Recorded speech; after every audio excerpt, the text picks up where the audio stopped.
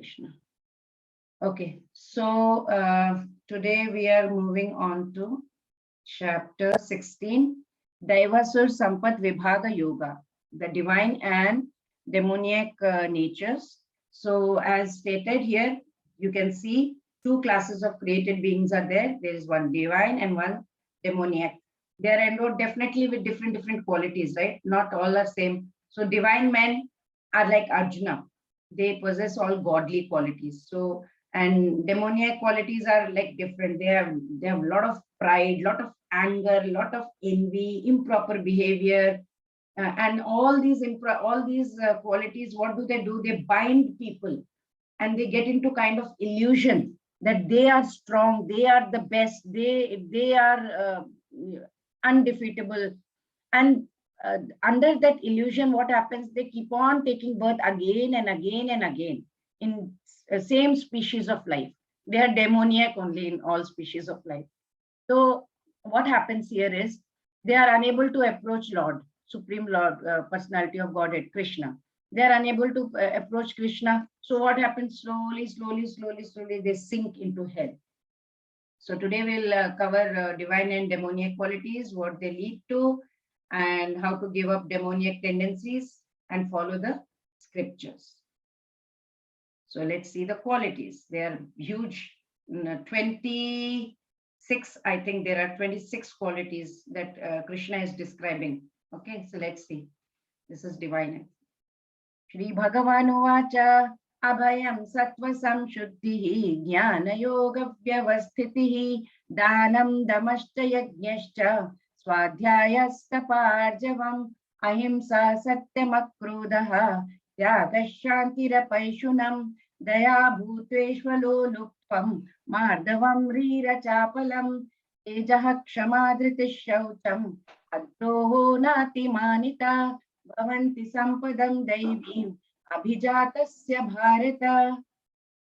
The Supreme Personality of Godhead said, fearlessness, purification of one's existence, cultivation of spiritual knowledge, charity, self-control, performance of sacrifice, study of Vedas, austerity, simplicity, non-violence, truthfulness, freedom from anger, renunciation, tranquility, aversion of fault-finding, compassion for all living entities, freedom from covetousness, gentleness, modesty, steady determination, vigor, forgiveness, fortitude, cleanliness, and freedom from envy and from the passion for honor. These transcendental qualities of son of Bharata, O son of Bharata, belong to godly men and endowed with divine nature.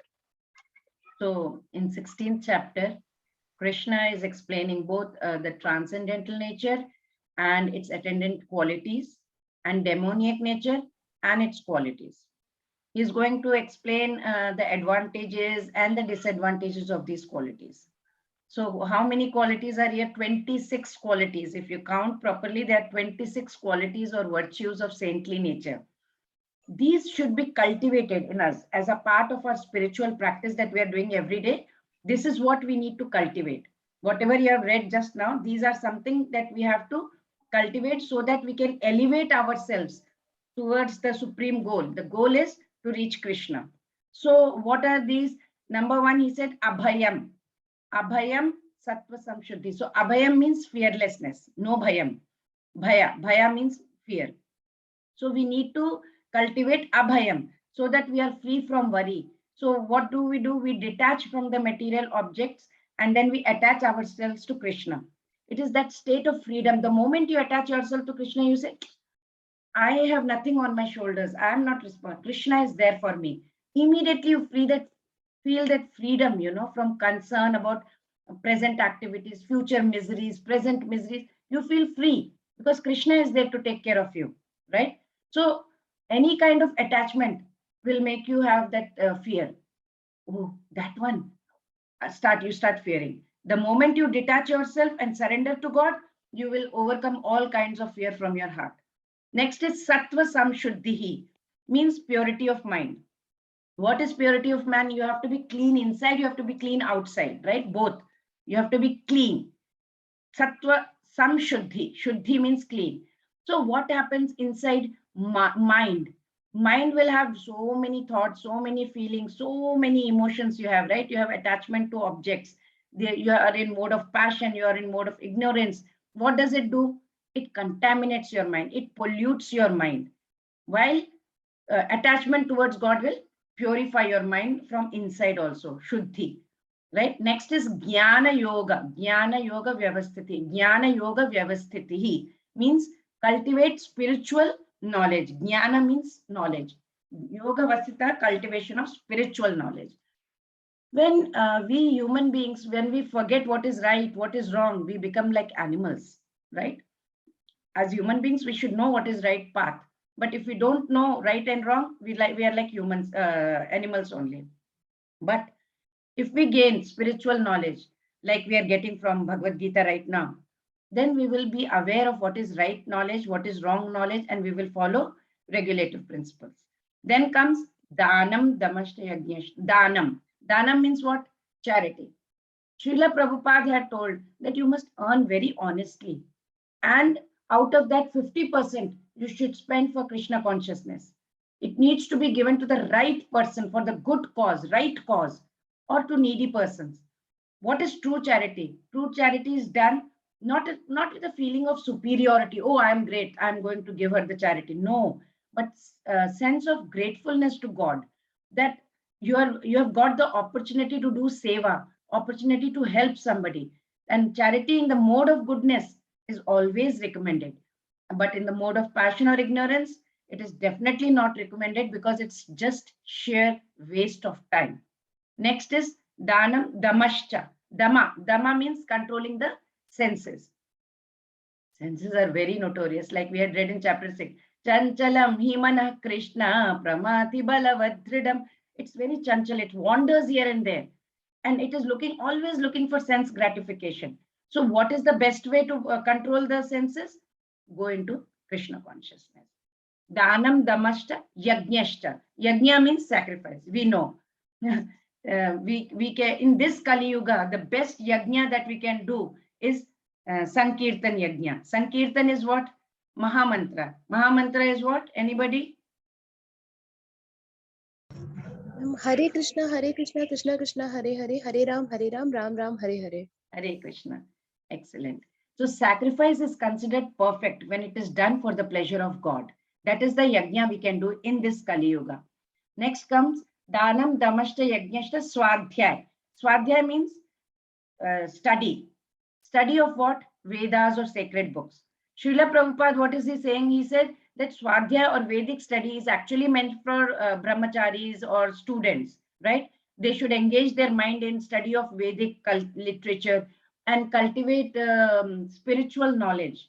Why? Because then the intellect or the mind will become illumined, bright with proper knowledge, and one's action will naturally become very much uplifting, pure. Then comes Swadhyay, yes, Tapa. Tapa Arjavam. Tapa means austerity, right? Like, for example, you have 100 years to live, average. 25 years you spend in student life, 25 years as a householder's life, 25 years you can divide as retired life, and then 25 years renounced order of life. These are the regulations of the Vedic religious discipline. Anyway, we do not even do anything till we die. Austerity, why is austerity or tap important? Because it will purify not only the body, but mind and intellect also. Then comes Swadhyay, yes, Tapa, Arjavam. Arjavam means what? Simplicity. We should always follow simple living and a high thinking principle and the rule. If we are living very simply, thinking is very high, that is how we should live in our life, not show off. Ahimsa. Next line is Ahimsa. Ahimsa, everybody knows it's non-violence. It means do not unnecessarily go and hamper somebody's life by, you can say, even the thought, even the word and the deed. Don't unnecessarily hamper. Be non-violent. Even in your thought, you can be violent. Even in your saying also, you can talk very badly. That also is kind of violence only. And in your deed, of course, you can go and hit anybody. Satyama Krodha, Satyam. Satyam, you know, truth. Satya means truth. So it means what? You have to restrain yourself from distorting the facts. Sometimes, just to tell the truth, we won't tell the truth completely. We'll distort the truth and we'll say something like that. But that's not correct. You have to be very much truthful. God is the absolute truth, right? So we must practice honesty, truthfulness, and that will take us towards Him. That will attach us to Him. On the other hand, if we are trying to lie and have that falsehood, while whenever it is convenient for us, we will speak the truth, otherwise we will lie, it will take us away from God. That is very clear. Ahimsa, Satyama, Krodha, Akrodha. Akrodha means freedom from anger. So we have to be tolerant. How does anger come? We have so many desires. We want to be happy all the time, but it doesn't happen the way we want. Many times it doesn't happen the way we want. Things don't turn out the way we want, the way we have imagined. So what we must do, we should try and develop detachment or surrender to the will of God. That will how we can overcome anger. People ask, how can I overcome anger? I get angry all the time. Detach yourself. The moment you attach to something, you will be angry. You detach and see, you won't be angry. Ahimsa, Satyama, Krodha, Tyaga. Tyaga means renunciation. So what do? This whole entire material energy, it all belongs to God. It is meant for His pleasure, not our pleasure. So what do? It should be utilized, whatever we are doing, it should be for God, not for us. If we have that kind of understanding and we fix it, then it is kind of renunciation. Next is Satyama, Krodha, Tyaga, Shanti. Shanti means what? Tranquility, peacefulness. Inner peace is very, very important. So how do we attain that? We have to try and have mental balance. Even under disturbing external situations come up where it is very, very disturbing, very, very stressful.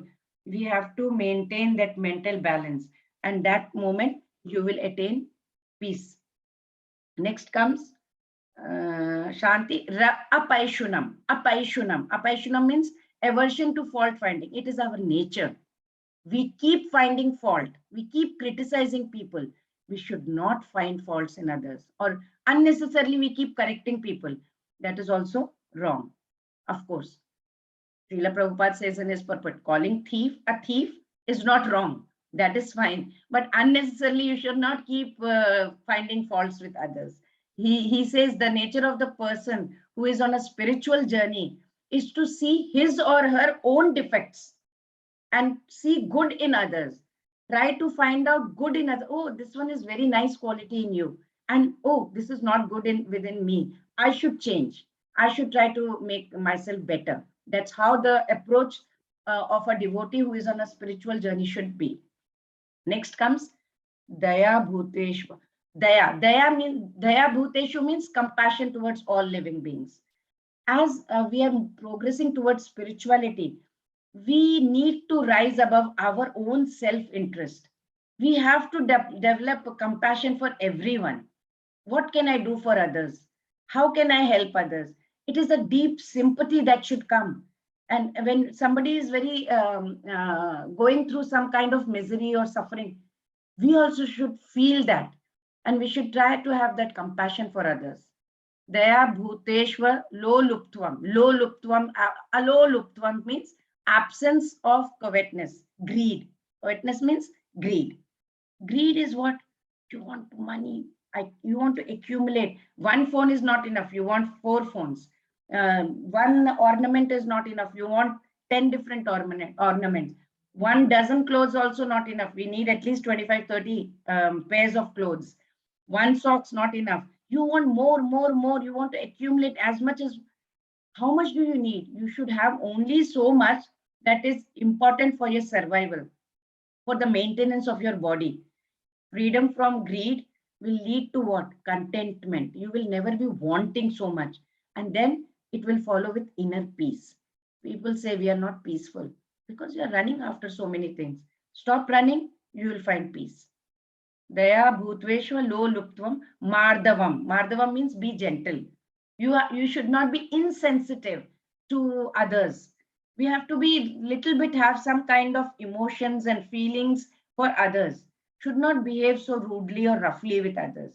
we keep moving, as we keep moving in this spiritual journey, our behavior towards will change. And you yourself will notice that you're becoming gentler and gentler day by day.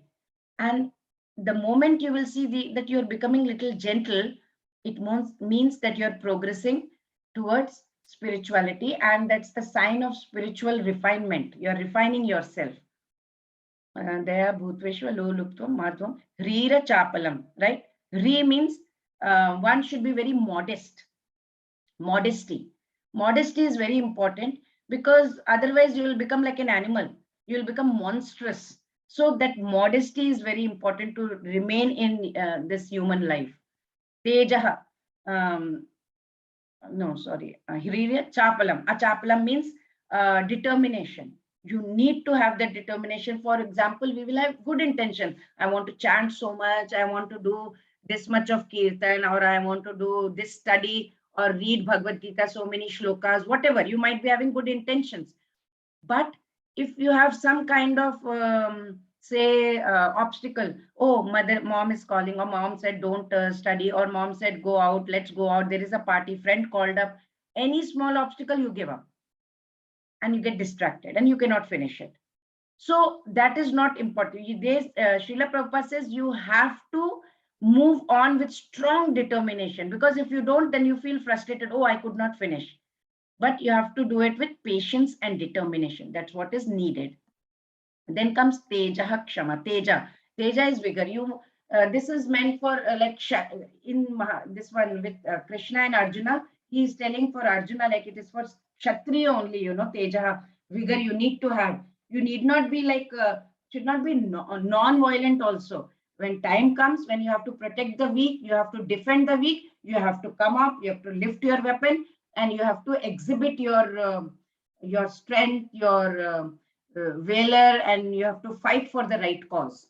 So Teja Kshama. Kshama is very important. You have to learn to be forgiving. So this is the ability to tolerate the defects in others, or if somebody has offended you, you should be able to tolerate that and forgive the person, right? You should not try to retaliate. Oh, he said that, I must retaliate. No, you have to try, and through forgiveness, what happens? You can heal the emotional wounds caused by others if you forgive. The moment you don't forgive and you keep it inside, it becomes a deep wound. So try to forgive people that are caused by others. Otherwise, it will keep disturbing your mind forever. Daya, Bhutesh, Teja, Kshama, Dhriti. Dhriti means fortitude, inner strength, determination. So if you need that to pursue your goal is to reach Krishna. It is the mental strength that will keep you going even in your difficult situation. Like, for example, some have to continue to eat non-veg. They are being told that, no, you have to eat. That's difficult situation because you yourself don't want to, but you have to eat because of whatever reasons. That is where you need fortitude, inner strength. Doesn't matter, I am going through this situation, it doesn't matter, but I'm chanting, I'm towards Krishna consciousness, I'm on spiritual journey. That is important here. Then comes Teja, Kshama, Dhriti, Shaucham. Shaucham is cleanliness. It refers not only to the body and mind, but also in our dealings. When we are dealing, especially in business or something, we keep doing like black marketing, or we will try to do some kind of hera-fairy here and there, right? So that is what we should be clear about. We should be clean that way. Then comes Riti Shaucham, Adroho. Adroho means freedom from envy. We should not have any enmity with anybody. Enmity, what does it do? It poisons our mind. And if we are on a spiritual progress, it will be an obstacle. So if we want to be on that spiritual journey, the hatred that we have towards others, we need to get free from that, because we have to understand that they are also like us only. And God or Paramatma is residing in everybody. The moment you start thinking like that, you will be free from hatred. Then comes Nati Manita. Ati Manita means freedom from honor, passion or of honor, means boast. Some people boast. Oh, I did this, I did that, praise. So all this comes from where? Pride. So whoever is on spiritual journey, they are not proud about, like, it's not that, okay, I'm chanting so much, I'm doing this, I'm doing that. No, they are very humble and they are totally down to earth. They are very grateful to God that, thank you, God, that I've got these good qualities and I'm possessing these good qualities. That is how they behave. So Srila Prabhupada says in his purport that even though material conditions are very miserable, but if these qualities are developed, these 26 qualities that I just explained, and Srila Prabhupada explained in his purport, if we develop by practice, by the all classes of men, whoever is on spiritual journey, slowly, gradually, we will be able to rise to the highest platform of transcendental realization. There are 26 qualities that we need to acquire. That is why I explained a little bit in detail. दम्भो दर्पोऽभिमानश्च क्रोधः पारुष्यमेव च अज्ञानं चाभिजातस्य Partha सम्पदमासुरीम्. Arrogance, pride, anger, conceit, harshness, and ignorance. These qualities belong to those of demonic nature, O son of Gita. So these are 6 qualities, 6 traits. Krishna is now explaining about the 6 traits who possess demoniac quality nature. Till now he was talking about divine qualities. Now demoniac. These 6, they're hypocrites. They want to make a show of religion and they want to show that they are advanced in spiritual science, but they are completely impure internally. They are just showing that's just external appearance of being pure, but they are internally, they are impure. Then their behavior is so arrogant and so disrespectful to others. They are so proud, conceited. They are always considerate about their bodily possessions, their designations. They are about like wealth, how much wealth they have, what position they hold in the society, what kind of education. I have a PhD degree. Oh, I'm the most beautiful person in the world. My position is that. They are totally in that level. And they become angry. Why? Because they have greed, they have lust. And when it is not fulfilled, then they become frustrated. So they have no control over their mind at that point. They will just start blasting people. They are very cruel. They are very harsh. They have no sensitivity towards others' suffering. And they, even in their interactions with them, they are very, very insensitive. They have no understanding of spiritual principles. They think unrighteousness is righteousness. That's what they think. So these demoniac qualities, they develop in mother's womb only. And as they are growing, all these demoniac qualities, they start coming out and it becomes noticeable to everyone. So this is the royal road to hell. Demoniac qualities is royal road to hell. दैवी संपद विमोक्षाय निबंधाय सुरीमता मा शुच संपदम दैवीम अभिजातोसि Pandav. The transcendental qualities are conducive to liberation, whereas the demonic qualities make for bondage. Do not worry, O son of Pandu, for you are born with the divine qualities. He's saying now he is describing 2 kinds of nature. He is telling what are the consequences of both, right? If you are in transcendental quality, what is the consequence? And if you are in demoniac qualities, if you are having, what is the consequence? He says demoniac qualities, it will keep you tied up to this cycle of birth and death continuously. And if we cultivate the divine qualities, it will help us to break through this bondage of Maya. And Lord Krishna is telling Arjuna that you were not born with demoniac qualities. And he was considering whether respectable persons like Bhishma, Drona should be killed or not, right? Arjuna was thinking like that. So he was not acting under the influence of anger. He was not acting under the influence of false prestige or harshness. For a Kshatriya, killing his enemy is considered transcendental. And not doing that duty or refraining from that duty is demoniac. Therefore, there was no cause for Arjuna to lament over here, actually, because he was not of demoniac quality. He had all divine qualities in him. Devo bhuta sargo lokesmin deva asura evacha Daivo vistarashah proktaha asuram partha me shrunu. O son of Prita, in this world there are two kinds of created beings. One is called the divine and other demonic. I have already explained to you at length the divine qualities. Now hear from me of the demonic. Now he is going to tell demonic. All the souls, they carry their nature with them from the past life itself. Accordingly, they will develop either good quality or bad quality. So this explains different kind of living beings with different natures. Sometimes we see different natures. So this will explain to us why they have different natures, different temperament in the world, right? So the divine and demoniac natures, they are two extremes of the spectrum, right? Some are in between, some are totally divine, some are totally demoniac, and some we are somewhere in between, right? So divine beings, they have a lot of good virtuous qualities, and demoniac traits, they dominate the lower patala, sutala, and all that's lower abodes. Humans, we humans have a mixture of both, sometimes divine, sometimes demoniac. It is said that in Satyuga, gods and demons lived on different planets, separate planes of existence. Then came Treta Yuga, and Treta Yuga, they resided on the same planet.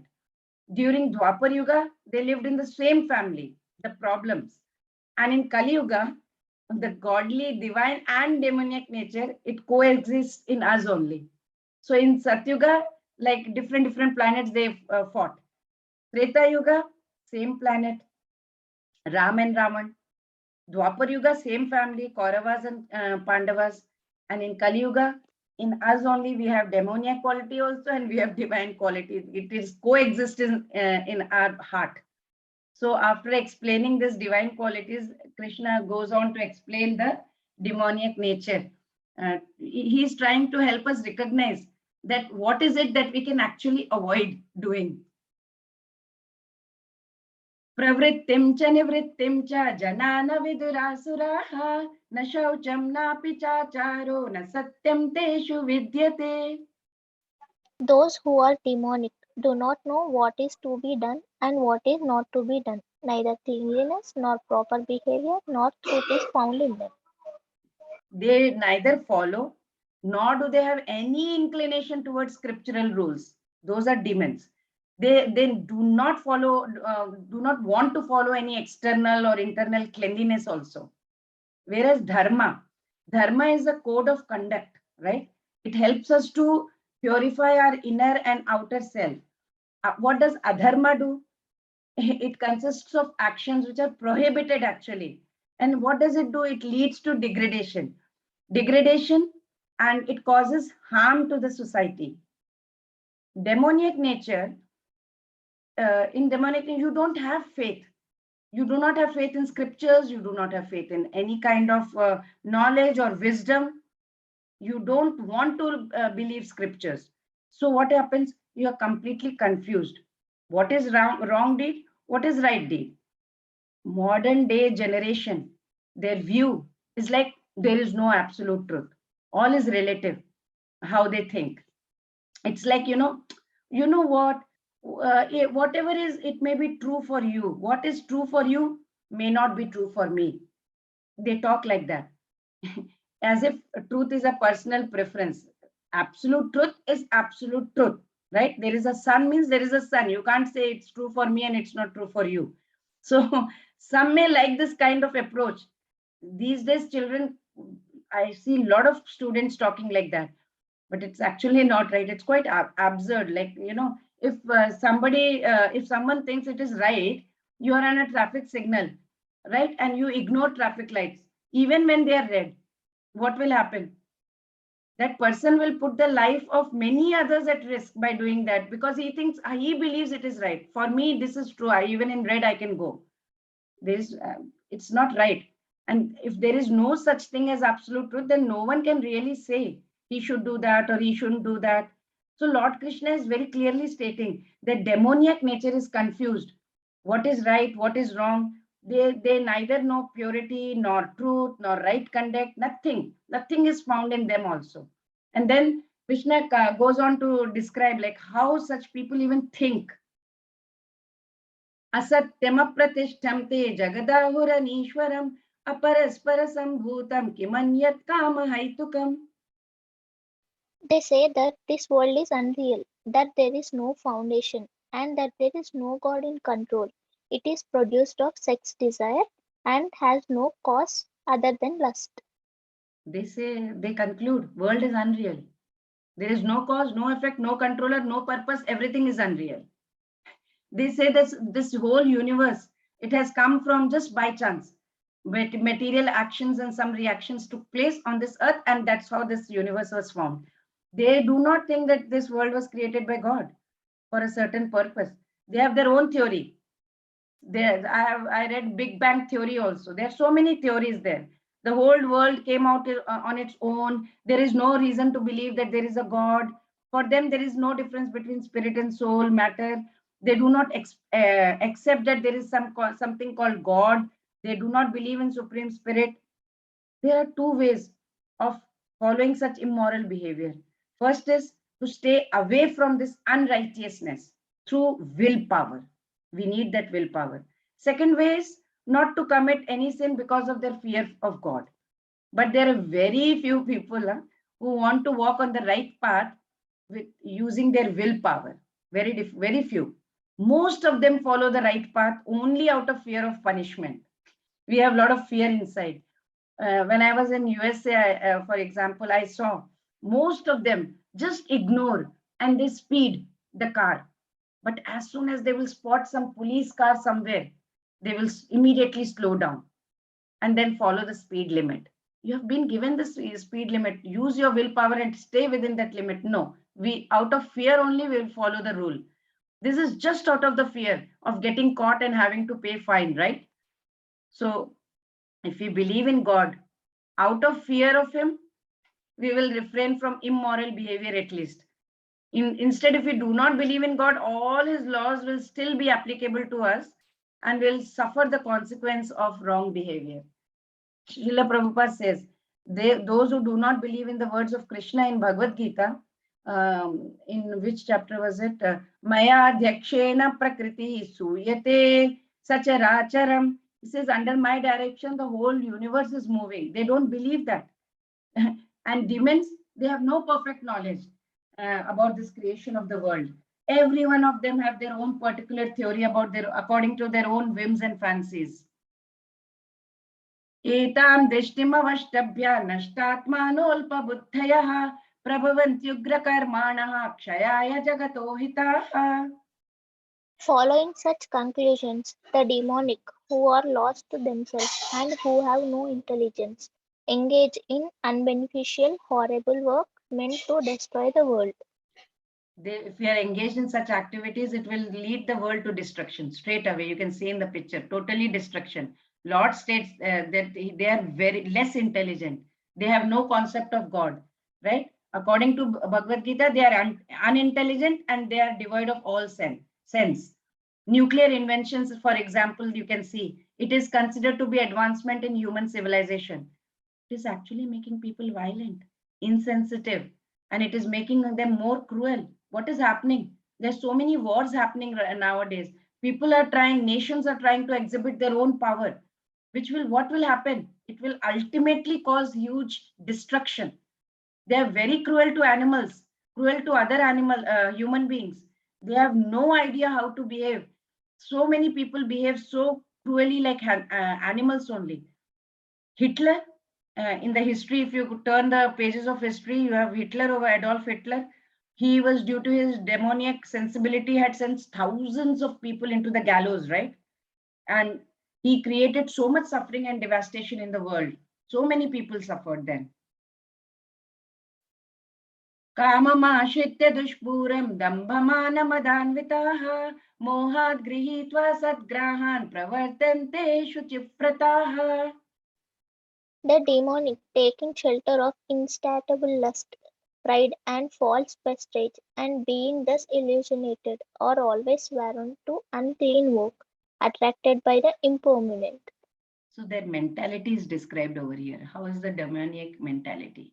Demons have no satiation for their lust. They are not satiated. They will go on increasing and increasing that satiable desires for material enjoyment. They keep on wanting more and more, full of anxiety because that's not happening, right? They're full of anxiety because they are not accepting the things around them. It's the acceptance of non-permanent things. They'll still continue to engage in such activities. They are totally in illusion only. They have no knowledge. They cannot tell that they are going towards the wrong way. They are attracted to two things. What is that? Like, cleanly, it is very clearly written. It is about the lust, sex enjoyment, and accumulation of material wealth. These two. Like here he said, Ashuchivrataha. Ashuchivrata means unclean vows. It is very significant in this connection. Such demoniac people are only attracted to by wine, by women, gambling, and meat eating. They are they're totally, you can see in the picture also, illicit relationship, gambling, intoxication, meat eating. They are totally ashuchivrataha. They are totally into that unclean habits. So although they are gliding towards hell, they still consider themselves to be very much advanced by drinking, by gambling, by meat eating, by this kind of relationships. They think they are very modern and very advanced in the society. They are totally in illusion. चिन्तामपरिमेयां च प्रलयान्तामुपाश्रिताः कामोपभोगपरमा एतावदिति निश्चिताः आशापाशशतैर्बद्धाः कामक्रोधपरायणाः ईहन्ते कामभोगार्थम् अन्यायेनार्थसञ्चयान्. They believe that to gratify the senses unto the end of life is the prime necessity of human civilization. Thus, there is no need to their anxiety. Being bound by hundreds and thousands of desires, by lust and anger, they secure money by illegal means of sense gratification. So if they are materially inclined, they will reject the spiritual path straight away because it feels very burdensome and laborious, right? Because the final goal is so far. It's so difficult to follow. Many people just give up. They are after sense gratification, whatever will make keep you happy. They are running after material things. I want car, I want phone, I want this, I want that. They're running, and then again they are worried also because if you get one thing, you want the second thing. So the worry and the anxiousness is always there. The desires have no end, right? So when they get something, they are happy for a moment, and then again they are running after another thing. So they keep getting frustrated again and again and again. So people experience this kind of worries, and they become so, it is so stressful for them in this worldly endeavors. They have to bring up their children, they have to take care of their grandchildren, then they have to engage in different business or maybe jobs. They have to get accumulate wealth also. Then not only that, then they want position, they want name, they want fame. There is no end. So if you have this kind of attachment, instead of that kind of attachment, if you can detach from there and attach towards Krishna's love, you will not have to worry about even Yamraj, god of death. But demoniac minded people, they refuse to accept this because they think that the worldly pleasure is the pleasure and it is the highest experience of joy. They cannot even see death is patiently waiting for them to carry them away, to take them away from this place. They are not bothered. Money is important in this world, right?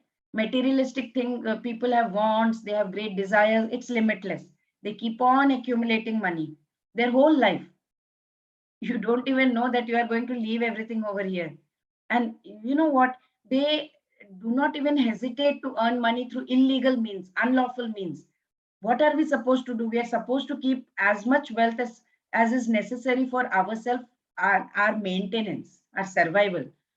Naturally, if we won't do, what will happen? First, at the time of death, the wealth is snatched away. We cannot take it with us. Secondly, according to the law of karma, because if we have done something wrong, we will be punished because we have earned the wealth in the wrong way, right? For example, if they catch a drug peddler, what will happen to them? They will, because the drug peddler is having drugs on him, right? So they will not only take away all the drugs, confiscate all the drugs from him, they will punish him also for breaking the law. Similar, it's the similar case with us as well. Idamadya maya labdham imam prapse manoratham idamasti idamapi me bhavishyati punardhanam asau maya hata shatru hanishye cha paranapi ishwaro hamaham bhogi siddhoham balavan sukhi adyo bhijanavanasmi punyosti sadrisho maya yakshe dasyami modishya ityajnana vimohitaha. Somebody else wants to give break to Pushpanjali? I want, Mataji. Okay. The demoniac person thinks, so much wealth do I have today, and I will gain more. According to my schemes, so much is mine now, and it will increase in the future, more and more. He is my enemy, and I have killed him, and my other enemy will also be killed. I am the Lord of everything. I am the enjoyer. I am perfect, powerful, and happy. I am the richest man, surrounded by aristocratic relatives. There is none so powerful and happy as I am. I shall perform sacrifices, I shall give some charity, and thus I shall rejoice. In this way, such persons are deluded by ignorance. The demonic people, they take it for granted that they have the right to enjoy whatever they find pleasurable. No ethics, no morals is their scheme. They don't want to follow anything. They just want to fulfill their ambitions. To fulfill their ambitions, they will go to any extent. They sometimes even perform ritualistic ceremonies to get wealth. They will pray just to get wealth. The demoniac sometimes they rise in their social status also, but their actions are very mean, very lowly that way. They do not even hesitate in harming somebody, injuring others, because they are causing some kind of obstacle in their way. They want to get some money, but he is in our way. They will try and harm him also. They don't bother. In most cases, what it is about I. I is what? Ego. Ego is speaking. So ego is like identifies with owning. You want to own something, but that satisfaction is very short-lived. That they don't understand. Aneka chitta vibhranta mohajala samavritaha prasaktah kama bhogeshu patanti narakeshu chau. Thus, perplexed by various anxieties and bound by a network of illusions, one becomes too strongly attached to sense enjoyment and falls down into hell. It is because of ego. Because of ego, people identify with their mind and they become confined for repeated thought processes start. They become practically possessed by their own mind. It goes on and on like a broken record. Like, somebody said something. Why did he say something like that? He could have said this. He should not have done that. It keeps on going in our mind like a broken record. And then we start complaining, and then we start whining, and then every complaint we start weaving up like a story. It becomes a story in our mind, and we start believing that it is true. It is the voice in our head keeps telling us, be sad, anxious, maybe angry. These kind of stories comes in our life, right? So the poor individual, what happens? Because of the sway of the ego, he will accept whatever the voice is saying. And when the these complaints keep worsening, why he said that, it turns into resentment. We start resenting people, and the resentment, if it keeps on staying in our mind for a long period of time, it turns into grievance. So in this verse, Lord Krishna is telling that these demoniac who choose to live in this kind of delusion, in this kind of mesh of delusion created by this ego, they do not understand that there's so many thoughts that are coming which are of very poor quality, not good quality, right? Good quality thoughts are, they are not good quality thoughts. You're whining, you're complaining, they're all negative emotions. So actions are important in this world, and whatever actions you perform, immediately that is the corresponding fruit that you're getting, result that you're getting. Everyone has to face the karmic consequence, right? Whatever action you do, that is the karma that you're doing, you will find the fruit also. The principle is very clear. We learned in that 14th chapter. Urdhvam gachanti sattvastaha madhye tishtanti rajasaha jaghanya vrittishtaha adho tishtanti tamasaha. Those who are situated in mode of goodness, they will go to heavenly planets. Those who are in mode of passion, they will be here only on earth, and those who are in mode of ignorance, they will go to hellish worlds. So it is very clear. So in Sanskrit, jala is like mesh, right? So they will be caught in the mesh like a fish, and they have no way to come out of it. So you have to be very careful.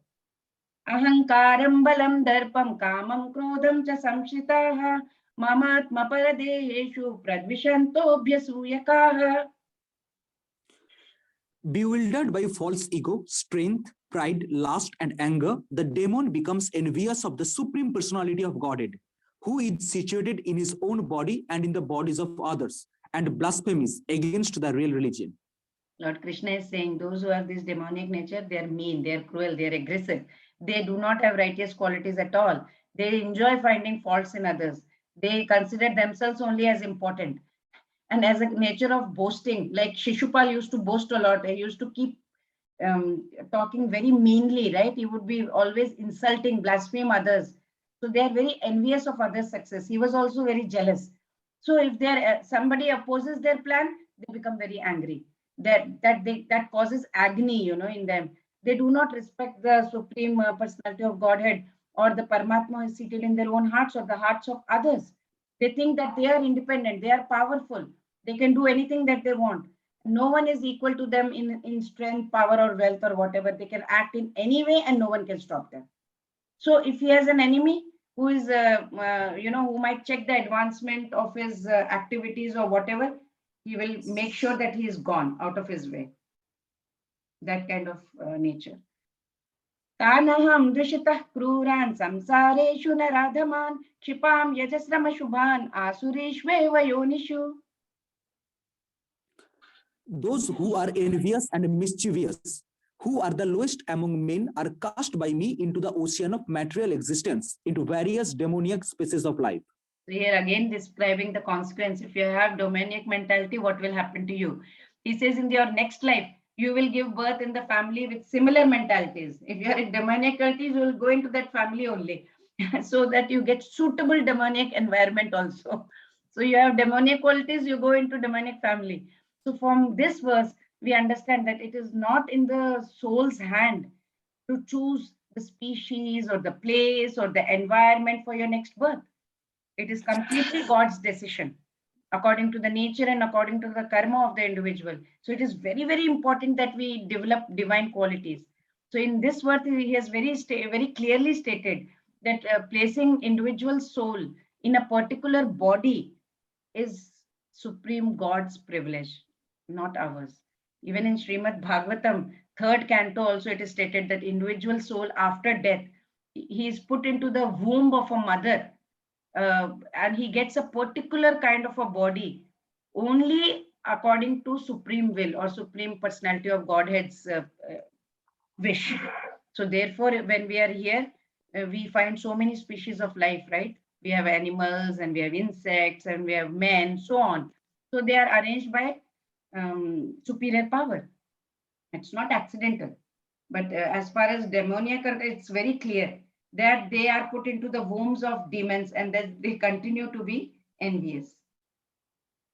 Asurim yonima pannaha mudha janmani janmani mama prapya iva kaunteya tato yante damam gatim. Hare Krishna. Attaining repeated birth among the species of demonic life, such persons can never approach me. Gradually they sink down to the most abominable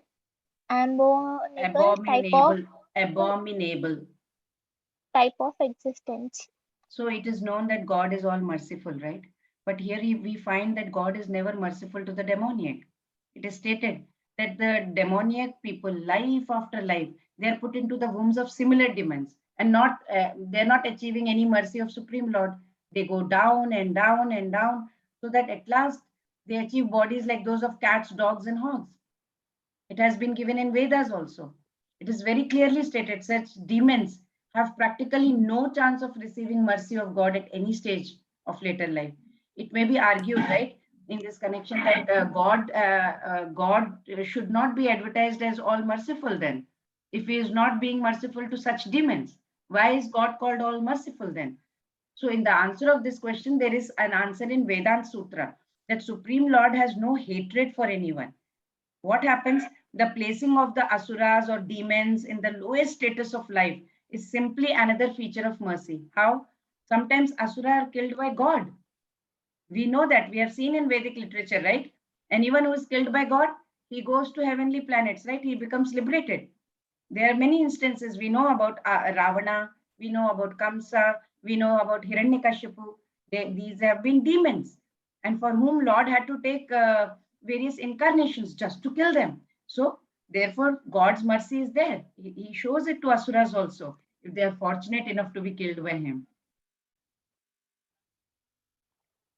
त्रिविधं नरकस्येदं द्वारं नाशनमात्मनः कामः क्रोधस्तथा लोभः तस्मात् एतत्त्रयं त्यजेत्. There are three gates leading to this hell: lust, anger, and greed. Every sane man should give this up, for they lead to the degradation of the soul. The beginning of demoniac life is described here, right? If one tries to satisfy his lust, when he cannot, anger and greed arise. You want to satisfy your lust, you have that sexual inclination, not able to satisfy that, greed, anger comes out of it. So a well-balanced man who does not want to go down and lead a demoniac life, he must try to give up these three enemies, which can kill the self to such an extent that there will be no possibility of liberation from this material entanglement. So Lord Krishna is saying lust, anger, and greed. These are the gates to hell. These are three gates to hell. These are the foundations on which demoniac vices develop. It will irritate your mind and it will make a suitable ground for all other vices to take place, So Lord Krishna is labeling them as gateways to hell. And he's asking us, go away from this. Otherwise, you will destroy your own self, right? So what do we learn? If we want to learn something, we must carefully try to be away from these three vices and avoid their presence in our own personality. We should try and stay away from it. You can see this here. The first one is they had anger towards Pandavas, greed for Hastinapur, lust towards Draupadi. Three gates to hell. एतैर्विमुक्तः कौन्तेय तमोद्वारैस्त्रिभिर्नरः आचरत्यात्मनः श्रेयः ततो याति परां गतिम्. The man who has escaped these three gates of hell, O son of Kunti, performs acts conducive to self-realization and thus gradually attains the supreme destination. So here Lord Krishna is giving the result of renouncing the three gates of hell: lust, anger, and greed. We should be very careful about these three enemies, right? Lust, anger, and greed. The more the person is freed from all these three, he becomes more pure. So we must follow the rules and regulations that have been given in the Vedic literature, right? By following the regulative principles of human life, slowly we can rise above the spiritual realization, acceptance of spiritual masters, study of Vedas, austerity, sense control, spiritual knowledge. And if we are fortunate, we can rise to Krishna consciousness, right? Highest level. And that will happen if we do devotional service. If we do devotional service, we can be liberated. Chaitanya Mahaprabhu had given in Shishtastakam, Trinadapi Sunichena Tarorapi Sahishnuna Amanina Manadena Kirtaniyassa Sadahari. One should chant the holy name of the Lord in a humble state of mind, thinking oneself lower than the straw in the street. One should be more tolerant than a tree, devoid of all sense of false prestige, and should be ready to offer all respect to others. In such a state of mind, one can chant the holy name of the Lord constantly. So you should be humble, like a grass. At the moment you put your feet on the grass, it goes down. So you should be as humble as a grass and as patient as a tree, because you can cut the tree, you can do whatever to the tree, it will still give you shade. It's very patient, right? So Chaitanya Mahaprabhu says that we need to develop these divine qualities and be humble and be in the mode of goodness. यशास्त्रविधिमृत्सृज्य वर्तते कामकारतः न स सिद्धिमवाप्नोति न सुखं न परां गतिम्. He who discards spiritual injunctions and acts according to his own way attains neither perfection nor happiness, nor the supreme destination. What are scriptures? They are like guide, guide maps. It has been given to us humans on the journey towards enlightenment. We need a map, right, to go towards a destination. Use these scriptures. They are like our guide. They provide us with knowledge, with understanding. They are also giving us instructions as to what to do according to the Shastra Vidhi, right? And what to not to do, what is nishedh, what is not allowed to do. But the ways of demoniac people, it's the reverse of the teaching of the scriptures. They engage in prohibited acts. You are not asked to do, they will do that. And they will refrain from recommended ones. You are recommended to do this, they will not do it. So referring to such people, Lord Krishna says, and he is declaring that those who renounce the authorized path and they act according to their own whims and fancies, and they according to their own impulses of their own desire, they will not achieve true knowledge. They will not have the perfection of happiness. They will not be liberated from this material world and from this material bondage. And who knowingly is violating all these rules in lust, he knows, right, that it is forbidden. He is still acting in that. He is acting totally foolishly. He knows this should not be done. He will still do it. He knows that it is condemned by the Supreme Lord. He will not want to listen.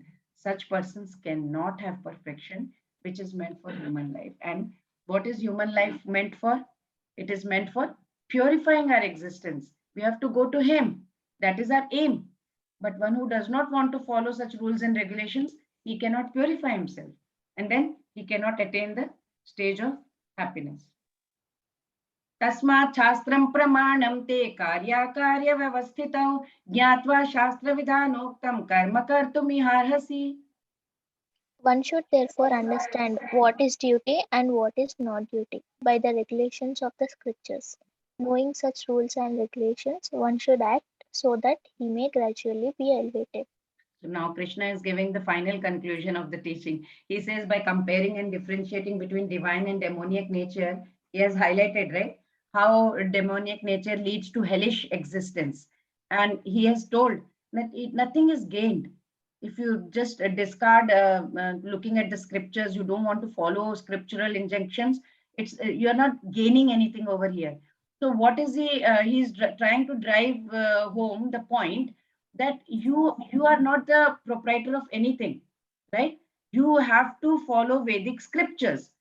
And Sri Krishna is concluding, he's instructing Arjun to understand the teachings of the scriptures and act according to that. So there are some of the defects of human society, right? It leads us to demoniac status of life.